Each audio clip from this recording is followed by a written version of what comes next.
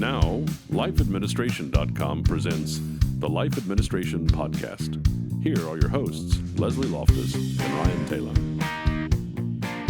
Hello, everybody, and welcome to the little itty bitty episode of Life Administration. mini episode. Yeah, we have some cleaning up to do. So this is hopefully you just finished listening to Moving Day. I guess we'll call it part one. This is part two, but it's going to be this is going to be a short part two because we've got basically the. Now that you said it's short, we're going to go for 45 minutes. You know how? No, I'm just kidding. Y'all, it's just going to be a few minutes. So thanks for hanging out with us. But as you can tell, maybe a little bit of passion in this room for moving. Stress. We're going to call it stress. We're going to call it, yeah. Well, let's call it what it is. It's stress. And moving is stress. It's passion for you all not to go through the things that we have gone through. There you go. That's what it is. And so we don't want y'all to fall into some of the pitfalls that we fell into. You probably were fine, Leslie. No, I fell into. No, come on. You actually watched the last move. I sure did. Remember? And it was... We lost a lot of stuff in that move, mainly because it just got accidentally left behind. Yeah. Right. But again, special circumstances. Happens. Yeah, stuff happens. It sure does. So I'm not even really going to bother recapping. Right. The first part was really just sort of like, here are all the things to be looking for. I'm not going to really recap, but I'm going to do a recap. It was a timeline, y'all. Timeline and some good tips as we sort of talk through. And it's actually really funny too. So some pretty good funny stories in there as well. And so we just finished up talking about really starting to unpack more than anything else and assigning people, making sure that when you take stuff off the truck, that it's going to the right room that's supposed to, that we're not super hung up as far as like making sure everything is in its exact right place. Fine tuning comes later. Yep. And that it, like, you have to understand it's going to take some time, just like everything else when it comes to moving, that it's going to take some time, that if you're on your own, it might take 2 weeks. And even if you're not on your own, it might take 2 weeks. Right. And so you want to do it at a pace that you feel comfortable with, that you don't feel like you're rushing, but it needs to be on your top priority list. It's something that needs to be getting done every single day. If the boxes start to look like decoration in your house and you're just not unpacking them, well, one, you didn't need that stuff because you don't miss it. And two, that's bad. You need to go ahead and power through. I mean, honestly, unless you have really extenuating circumstances like toddlers underfoot, oh my God, I feel for anybody moving with toddlers. That's hard. Yep. It shouldn't take more than a month. Now, that's not to say that you're going to feel totally settled in the house in a month and you're going to have the pictures where you want them and you're going to have every, piece of furniture that you wanted to get, or everything's going to be in its place. Or honestly, I'm a firm believer, and it takes 6 months to remember exactly where you put the scissors and the tape and the... I was going to say scissors. Yes. I was going to say scissors. And to understand where all of the light switches go. Yep. Right? Exactly. I mean, you have to live in a space for a little while to figure out, what? No, so we have in my kitchen, there are 3 light switches. Oh, no, 2 of them are light switches. One is the garbage disposal switch. And so you would think that the garbage disposal switch would be the one that's separate, but it's not. It's light switch. So it's like one of those double light switches. It's light switch for the lights on the left side of the kitchen, garbage disposal, and then lights for the right side of the kitchen. Now, the right side light switch is horizontal and right above the garbage disposal. So you would think, and that's probably what it was intended to do, but when it got wired in reverse. Yeah. Lived in this house for 6 years. I hit the wrong switch weekly. For the first 3. And my daughter, Daddy, it's like, I know, I'm sorry. Anyway, I just thought of that. Yeah, but when you move, you've got to relearn all those rhythms. Yep. Right. And it takes some time. Also, now we're getting into kind of the closing and little other tips, with the exception of you've probably gone through and kind of figured out where, your couch needs to be and stuff like that. Live with the room, live with the space for a little while. When you were getting into a new space, you might be surprised at how the new space flows, what works, what doesn't. Don't get wedded to, this is exactly how I had it in my mind's eye, or this is how I drew it out on the floor. Give yourself a little bit of time to live in the space and adjust and fine tune. Yep. And that goes for decorative stuff, and that goes for major things like couches and tables. Yep. And you can even think outside the box. You know what? This is the dining room. On the floor plan, it says the dining room. Everything about it says the dining room. But I don't know, just the way that this all works and the way that we live, it's really like the living room. And then that small living room is really, and we don't need a dining room. It's really more like a breakfast room. So suddenly you switch it around. Yep. That's Totally just because the house plans say that this is the dining room does not mean that that's how it has to be used. My dining room in my house is a music studio. The piano is in there. The guitars are hung up there. You know, I just last week, I mean, again, 5 years, and all of a sudden I'm like looking at this dangling chandelier and I'm thinking, how many times have I hit my head on this thing, right? So I jacked it way up into the ceiling, you know, just because it was always low hanging fruit, if you will, right? Yeah, you don't have to do what it says. You could just do whatever you want to do. It's your house now, right? Right. I do want to talk about one big tip. Is painting. I understand that this might be a budget or time constraint. Obviously, those are overriding concerns. Yeah. It is never easier to paint a house than when it's completely empty. Also, it kind of gives you the whole clean and fresh thing. Like, it makes it yours. You took the words right out of my mouth again.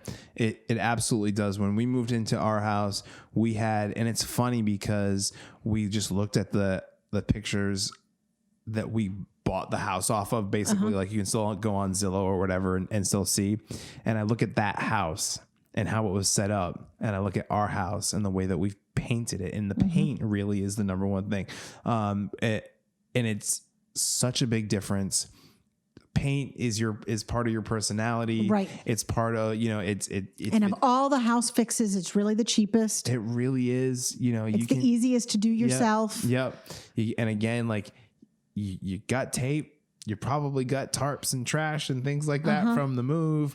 So you're already halfway there. You're probably just going to go to your local Benjamin Moore and get your paint mixed and get to it with a good roller or something. And then also, if you've ever moved out of a house that you've been in for a while, the frame, so you take the pictures off the wall, not only do you have the hook holes in the wall, but there'll be like dust shadow kind of thing. Like, there's a whole bunch of, or where, you know, the couch, if the couch was up against the wall, and then maybe, so the fabric of the couch slowly wore off a little bit of color on the wall, and then people's heads, and there's just a lot of stuff that's kind of, you didn't notice it when the furniture was in there, but now that it's not, it just looks icky, dingy. And then also, you know what, you are more of a cool white person instead of a warm white person. Go ahead and do it. If it's in your budget, if it's in your timeline, go ahead and paint the house before you move in. Yep, absolutely. I'm trying to think of any other big sort of tips as you're finalizing the move. We talked about being flexible. We talked about the timeline that it takes. I've got another. Go ahead, hit it. Appliances. Think through your appliances. One, remember that appliances that are not built in are probably taken by the sellers, and you can take yours. But for instance, if you're moving into your first house, you might be shocked, you know, because you saw the laundry room and there's a washer dryer in there. Washer and dryers usually go. The freezer in the garage that's not built in usually goes with the sellers. Every once in a while they'll say they'll leave it behind or what, but don't be surprised that it's not there. Also, pay attention to, that's no problem. I've got my own washer dryer. I'll just go in and hook it up. Not if it's gas and that's an electric hookup. You know, so these are kind of little devils in the details sort of things, because shockingly, as soon as you move in, you're going to want to have your major appliances working. Yes, absolutely. Right. So pay attention to that as you're planning for your move. I don't think I have anything else. Like, as I'm thinking through it. Oh, that's not true. I do have something else. Go. Inevitably, when you move, you're going to do your unpacking, and there are going to be these boxes, and you like touched on it for 1 second. You're going to have these boxes that are going to find their way to the garage, or, you know, maybe you need a storage space or something like that. Newsflash, you don't need that stuff. If you haven't opened it in 6 months, you don't, better yet, if you don't. Right. You're not going to miss it, right? I mean, unless you're missing grandma's antique teapot, which I'm hoping you packed yourself and loaded in the car with you for the move. It's got to go. If you haven't noticed after a few months that it's missing, you don't need it. You don't use it. You don't know it to be beautiful. All of those things. And I think really where this has a chance to turn its head is that if you're getting married, you have some stuff. Wife or husband, spouse has some stuff. And then like the merging of the stuff happens. And now like all of a sudden now your boxes are like twice as much. But you don't like for me, it's like, well, I have, video games in there from 1985. And my wife is like, well, I have Barbies in there from 1996. And it's like, who freaking cares? Right. Just get, right. You know what I mean? Just get it gone. You know what I mean? So there's kitchen things. That's when, because now, especially since people get married a little bit later, you tend to have some basic kitchen, like tongs. Yeah. Okay. So you have 2 pairs of tongs. Lauren had 2 pairs of tongs. Now you got 4 pairs of tongs, and there's really no circumstances that you're going to need because y'all don't, cater. Right. After the move, there's a culling period as well. I got a hard time throwing kitchen stuff away. I for whatever reason. Eventually, though, your drawers get so stuffed that you can't find anything in them. Yeah, exactly. Right. Yeah, and then it's not useful. Yeah, the spatulas I think is the one that in my house. Oh my gosh! All of a sudden you can end up with a dozen spatulas. Yeah, and like how do we get all these spatulas? Like we got one for like whatever you ever need to flip, we can flip it. It's like there's no reason. So yeah, it's just crazy. Anyway, I don't want to run on too long. That goes a little bit too for some furnishings and stuff. So maybe there is this little side table, Parsons table. That's the long, skinny sofa table. Oh goodness, great cost. Let's go with a coffee table because it's kind of okay. Because the coffee table was the perfect size for the shape of your old living room and whatever, and with your couch and everything. The coffee table worked brilliantly. It doesn't work brilliantly anymore. Repurpose it. Move it somewhere. After the move, there's a lot of little tweaks, and be open to those tweaks. Yeah. Keep an open mind about, you don't have, just because you used it that way before doesn't mean you still have to use it that way. I've seen people do crazy things like I say like this, not that great, but so they inherited furniture. This is a big one. A China hutch. So double, so glass on the top, or glass cabinets on the top, and then cabinets on the bottom. And for moving, because you find out a lot of this big furniture comes apart when you move it. So keep it apart. Right. Keep it apart. Take the glass doors off of that one, and now it becomes a lovely little bookshelf, something or other. The other one becomes a buffet. I mean, when you're moving into a new space, allow yourself to kind of think creatively about. You got to be versatile. Yep. You got to be able to roll with the punches a little bit, right? And you'll be happier for it. No question. Okay, let's wrap it. All right. So I'm not going to do the whole thing, guys. Because we just did it. You know the deal, right?